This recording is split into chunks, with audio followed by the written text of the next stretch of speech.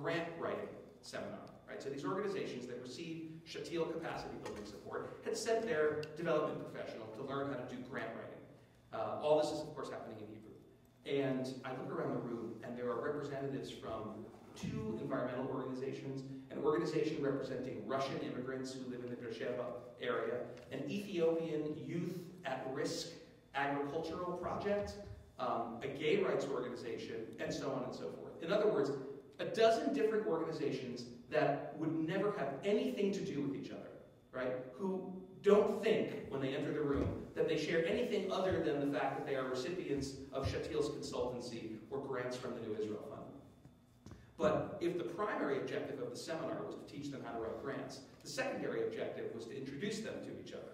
And the third, right, the tertiary goal of this endeavor was to help them find areas of linkage. And you watch it happening as they begin talking. And one says, we're losing our lease on our office storefront. And the other one says, that's funny, we have 2 empty offices. And the third one says, do you know that old park near the road that that's been covered in garbage? And the third one says, we ought to go to City Hall and try to figure out a way all together to get them to clean the park up. So this, in micro, is how NIF and SHATIL have worked to build a civil society sector that not only creates organizations that are able to advocate for all of these different parts of Israel's diverse communities, but also to do so together. And so SHATIL works also to build coalitions, to teach people to go to the Area, the City Hall, to lobby for green space in Beersheba. The third strategy that we've used, in addition to grants and capacity building, is what I call, for lack of a better term, special projects. And special projects are, it's a good name, right? I'll give a prize to anyone who can give me a better name for that. Our special projects are attempts to sort of surgically advance the NIF agenda. And my favorite example is our Law Fellows Project. Every year, the New Israel Fund selects 2 up-and-coming civil rights attorneys in Israel. Usually, we try to choose them from diverse communities in Israel. So we'll have a Jewish lawyer and an Arab lawyer, or an Ashkenazi and a Mizrahi, or a woman and a man. We send them to Washington, where American University's Washington College of Law donates an LLM, a master's degree in human rights, and then we place them with an American civil rights organization. They do a tour of duty with this organization, they get their master's degree, they go back to Israel, and they do a term of service with one of our grantee organizations in their respective fields. And over the 27 or 8 years that we've run the Law Fellows program, these attorneys have created and now comprise the civil rights bar of the state of Israel. And virtually every major Israeli high court, the Supreme Court is the high court in Israel, high court decision of impact litigation that has advanced the notion of Israel as an open democratic society comes from these attorneys and these NIF-funded and sponsored organizations. From the first case in which the High Court ordered that the Air Force allow women to be fighter pilots, which was brought by former board member Netta Ziv, who now runs clinical studies at Tel Aviv Law School, to a case much more recently in which some of you may have paid attention to this one, the security barrier that Israel runs more or less close to the Green Line, but not always on the Green Line, dividing Israel proper from the occupied West Bank. The route of that fence of the barrier was challenged in court because it was separating Palestinian villagers in the West Bank from their land. So ACRI, the Association for Civil Rights in Israel, which is NIF's flagship grantee, and several other groups, brought a case to the High Court. The case was brought by 2 NIF-trained lawyers. They won, and the High Court ordered the army to move, to reroute the fence, so it didn't interrupt the villagers' ability to get to their land.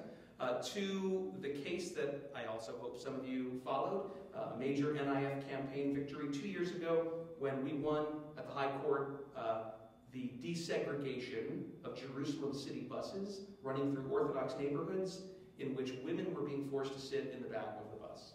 And when you're in law school, some of you went to law school once, and you remember you love those cases where the justice or the judge who you're reading has a sense of humor. Even if I used to love reading Scalia decisions because at least the guy is funny, right?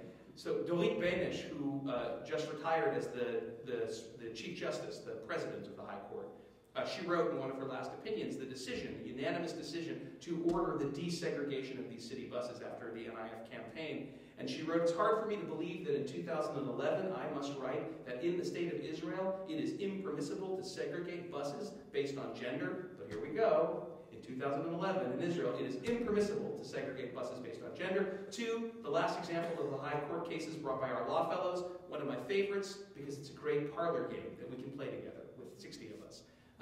It was another segregation case. It was last year. And it was in an all-girls yeshiva, a primary school, in a settlement, right, in the southern West Bank. So there was a segregation issue. We took it to the high court, and we won, and there was a desegregation order. The question is, and if you know the answer, don't say it. What was the issue of the segregation? Take a guess. This is Boston, for God's sakes, yeah. As I recall, it was Ashkenazi yeshiva discriminating against Sephardi children. So he knew, but he's absolutely right. At issue was an Ashkenazi yeshiva that felt that little Sephardic or Mizrahi girls shouldn't sit next to the Ashkenazi girls because the white-skinned girls' ability to learn would be somehow adversely impacted by the presence of these little dark-skinned Jewish girls. So, now listen, before we all... I'm looking at your faces. Right?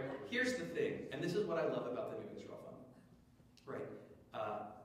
Israel is a country that, much like our own country, wrestles with dueling imperatives. I mentioned it in the very beginning, right? The Declaration of Independence says Israel must be a Jewish state and it must be also a democratic state. I also mentioned that NIF sees its role as trying to bridge the gaps and fill the divides that separate parts of Israel from other parts of Israel, as well as, candidly, editorially, advance a progressive vision of what Israel as a modern Jewish homeland and open, free, democratic society can be. And so, when these cases come up, I try to remember several things. The first thing is, we win them, right? We don't win them all, and we don't win them right away, but we win them. And slowly, Israel marches forward. Now, sometimes it's a one-step forward, two-step back period.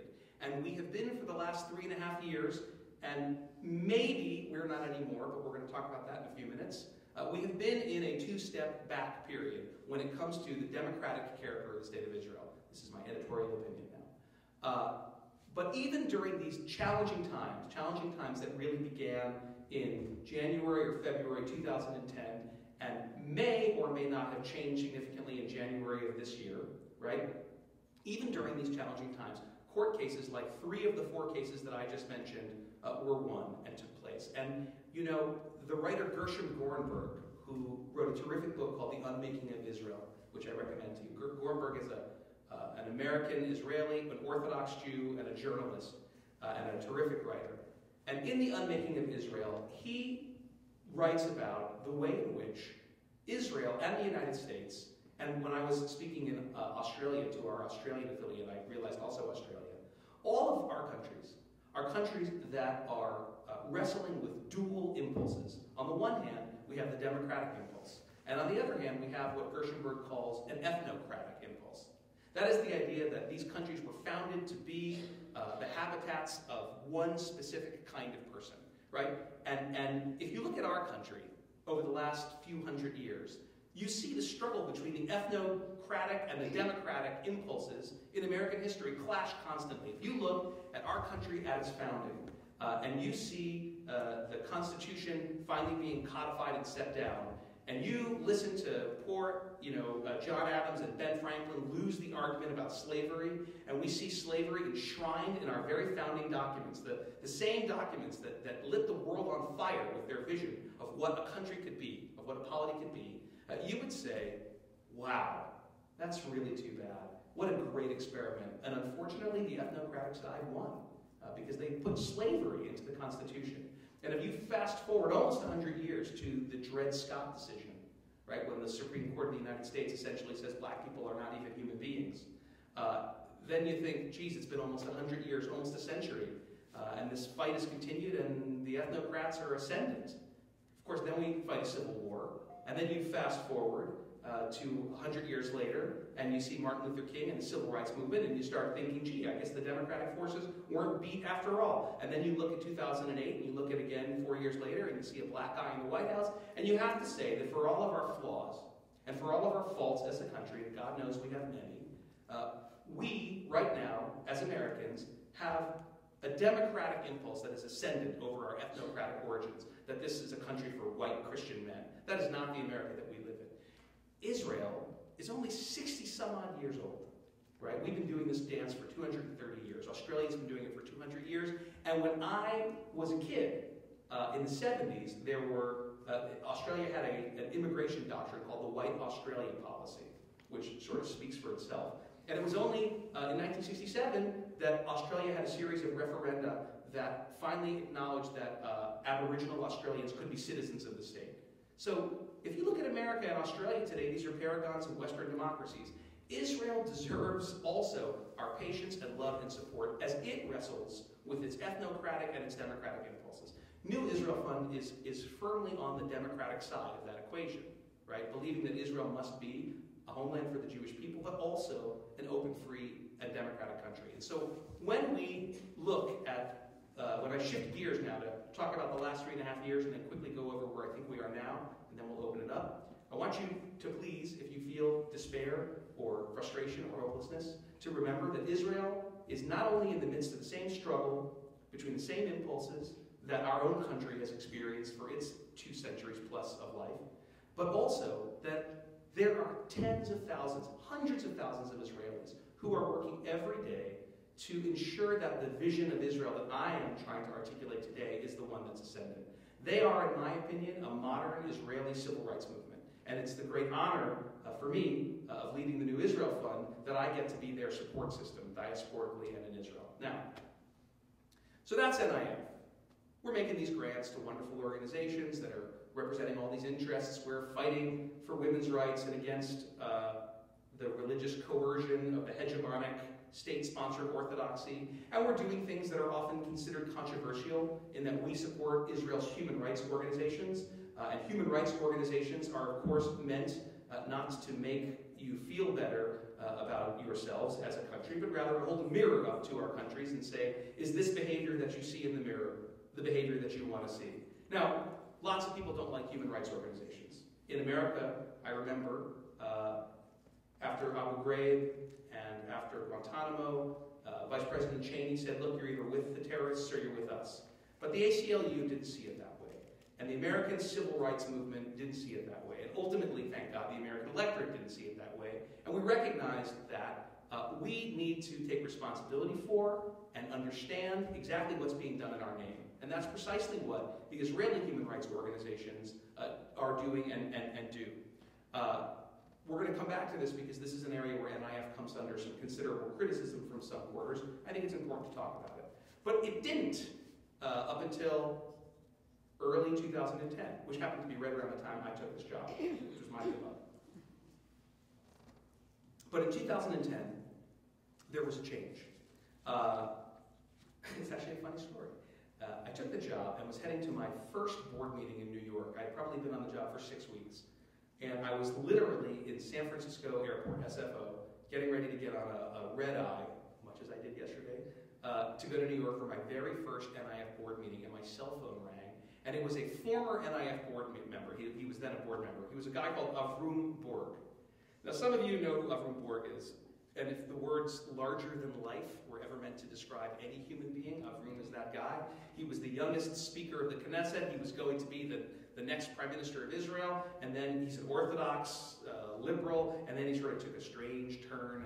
And he's back doing good work, but he's Avrum and always interesting. But at that time, Avrum was on the board of NIF, and my phone rang, and I answered it, and he said, Danny, did you see Haaretz? And I said, no, I'm about to get on an airplane. He said, we're going to have a big problem with the Knesset tomorrow. By the way, I know that accent sounds vaguely Teutonic, and if you know Avrum, he sounds vaguely Teutonic. It sounds like Schwarzenegger. And I said, what's happening? He said, a lot of stuff, there's a lot of trouble. I said, well, I'm getting on a plane, tell me. He said, oh, you're getting on a plane? I don't want you to worry. I'll see you when you get to New York. Goodbye. And he clicked off.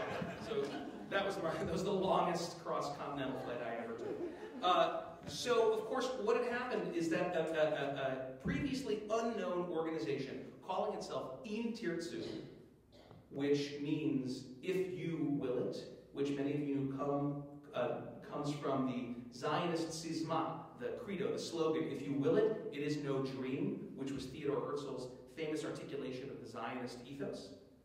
Im Tirtzu, which is kind of like wrapping yourself in the flag, kind of like calling yourself the Tea Party, for example.